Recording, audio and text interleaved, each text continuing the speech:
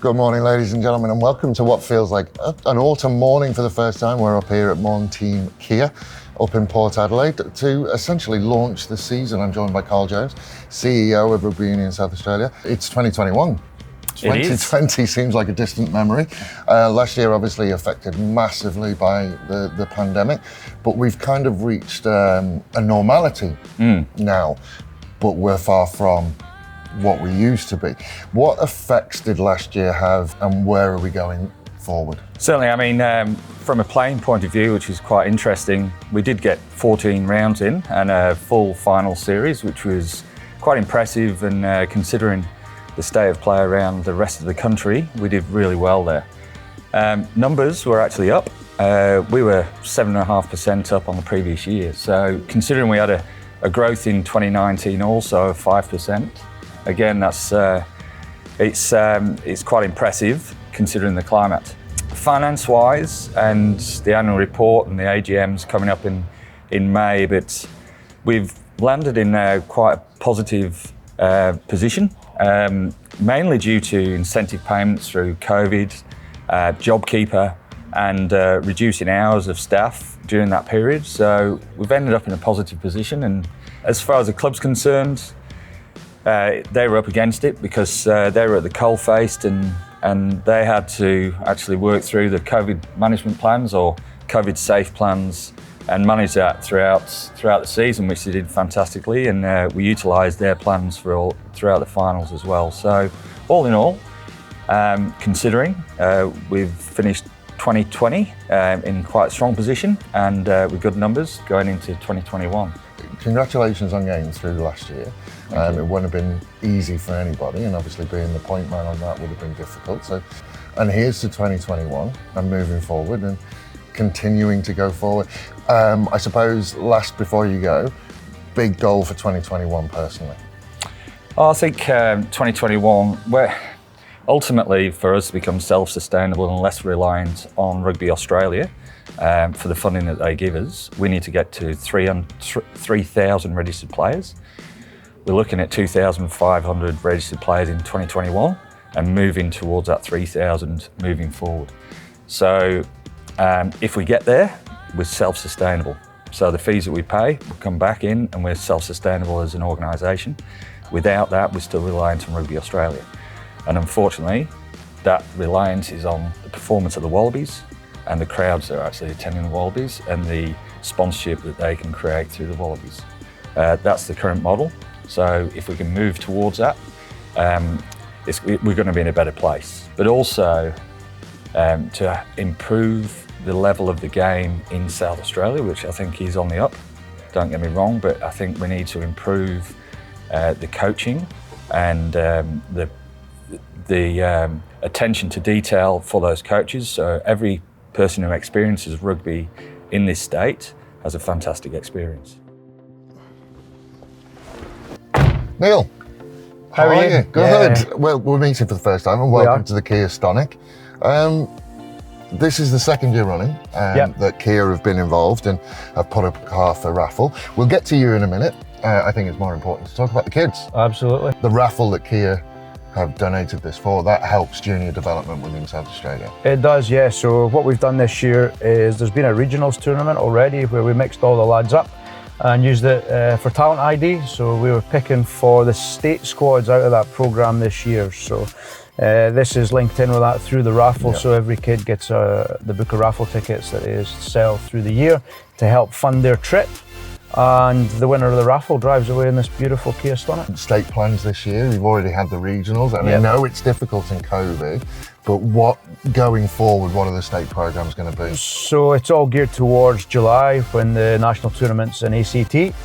So the kids will come back in a couple of weeks' time, and they'll train once a week as part of the state programme, where they'll get an opportunity to push themselves forward for that trip to Canberra and to perform down there. So it's an exciting time for a young player in the state as well, and we want a big part of the revamp of the way we've done it this year after COVID is we want to put some real pride in representing the state.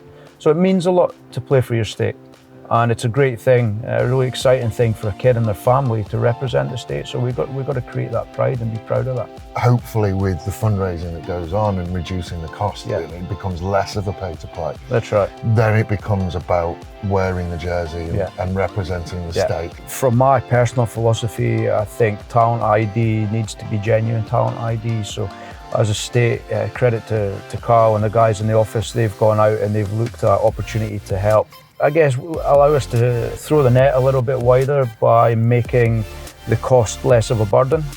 So giving the kids an opportunity to work hard and their families to work hard selling tickets so they can fund the trip rather than it hitting them in the pocket.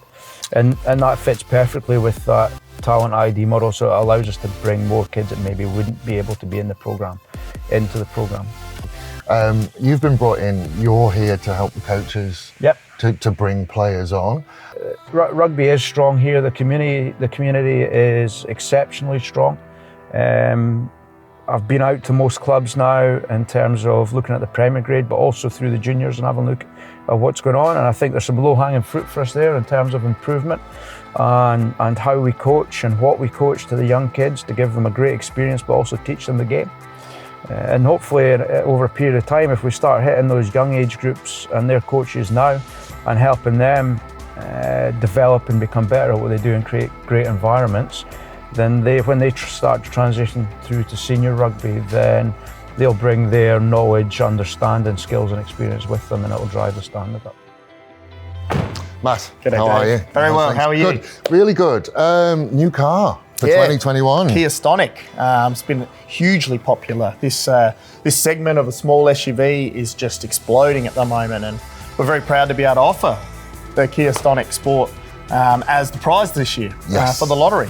Everything about this car has just been amazing, and our partnership with Rugby SA has really helped us push into that community that we previously didn't have an engagement with. So being our second year with the vehicle, we are just ecstatic to be a part of it again. $26,500 for this one on the road with your 7-year and everything that goes with it, the 7-year warranty. Yeah, 7-year cut price. And essentially you can pick it up for less than a loaf of bread. Yes. With the raffle. And you know, someone did win it last year. Last year, the Picanto was won, yes, and they were over the moon for that car. So I believe this winner will be even happier. It was his favourite thing. There it is. Beautiful. And then when you fold the seat, it's out the way. It's out the way. My son's favourite thing about the car, not the Apple CarPlay. It just goes to show they think of all the little things as well. It is, and that's very, you know, the design and stuff is on it. Absolutely wonderful. You know, and if you're unlucky and you don't win the raffle prize, come in, see yourself. Yes, we've got plenty of models here to test drive and to show, so we've been more than happy to help anybody out that needs a new vehicle. It's going to be a very big 2021 for us. And just drop that you're involved in the rugby community, and yourself and Lane will do move mountains for. I know you did for me, so. Yes, if you do come in and say I am part of the Rugby Union SA or part of the community, we will do absolutely everything we can to keep the business in-house. Perfect. Absolutely wonderful. And here's to many more years and many more cars. Pete, last but not least, my friend, how are you? Very well, mate. How are you going? Good. How's your summer? Yeah, very nice, mate. Yeah, nice to get a few weeks off and chill out a little bit, and then we're back into it, starting up this weekend. The competition advisory group, the CAG as we know it, how's that gone? Yeah, CAG went really well. It was decided very early on that we wanted to bring back in the plan from 2020 until it was disrupted, but in 2021 we'll now have all clubs playing home and away. Yep. So it gives us 18 rounds through the year. Unfortunately, most of our grades, except some of our really junior ones, have less than 10 teams. So Premier grade and Reserve grade are playing in 9 teams. Yep. Third grade with 9 as well, I think, or 10, can't remember. Women's has gone from 10 to 8, unfortunately. Okay. So there was a couple of late withdrawals from Onkaparinga and from Elizabeth, their women's teams. And then in the under 18s, we've got 6 teams there with Southern Suburbs withdrawing late in the piece. So those 3 teams that withdrew late on caused a rewrite of that draw. And sure, it's only the 2 grades, the women's and the under 18s, but then that impacts kick-off times for everything else. That was republished on Thursday last week. So gave everyone about 10 days before round one to make sure that they knew where they were and what games they're playing, but that's now live in Rugby Explorer and ready to go. Which starts this weekend. Elizabeth versus Adelaide University will be the feature game. Yeah, the live stream with the Kia Stonic there. And look, it's wonderful as well to have you back commentating for us again through 2021.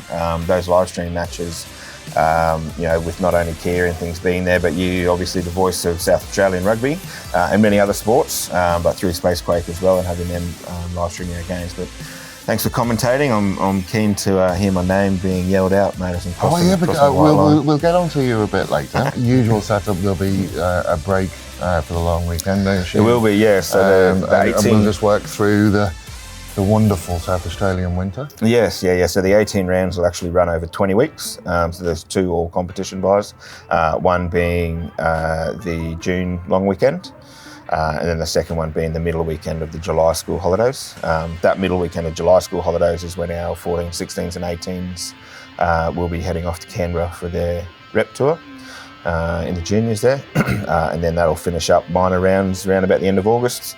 3 rounds of finals for seniors, 2 rounds for the juniors. That'll lead us just into early September and wrap up there. Awesome, I can't wait. 2021 will be a good one. Thank you very much, Pete. I'm sure we'll hear you at some point. Definitely. On the broadcast. Thanks, mate. Thanks.